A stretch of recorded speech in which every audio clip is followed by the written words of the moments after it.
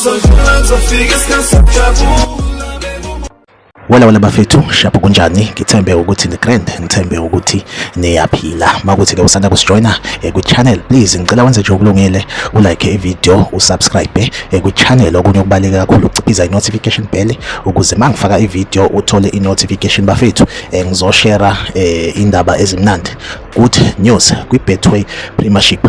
Udaba okuyilona ohleze likhulunywa kakhulu kwi-Betway Premiership, ukwenza izinto ihambe ngendlela. Udaba le VAR phesha kwezilwandle, i-VAR siyibonile isikhona iminyaka nje ikhona, and iyasiza kakhulu ekutheni ifavor noma yenze igame kube ukuthi ihamba ngendlela. Alikho iqembu noma iclub mhlambe eyithola ishayiwe mhlambe ngephutha lika referee ngenxa ukuthi ke i-VAR ayikho. So phesha kwezilwandle i-VAR ikhona, isikhona futhi for iminyaka. So bafethu ke indaba okuyizona ke indaba ezinhle engizoyishare njengamanje ukuthi i-VAR la eSouth Africa isingaba khona noma yini.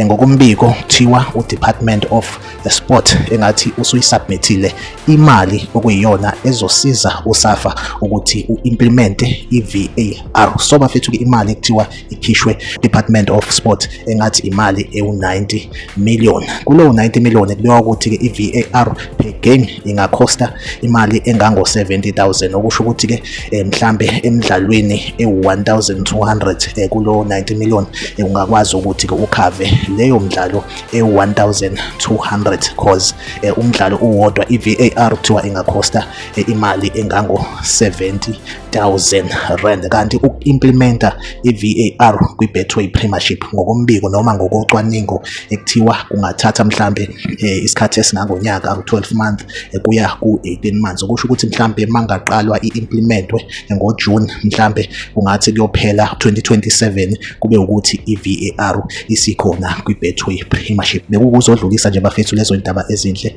ukuthi kwi-Betway Premiership ayikho i-team ezokhala ngokuthi ishawe mhlambe ngamagoli angaqondakali kahle, mhlambe igoli bekuyi-offside.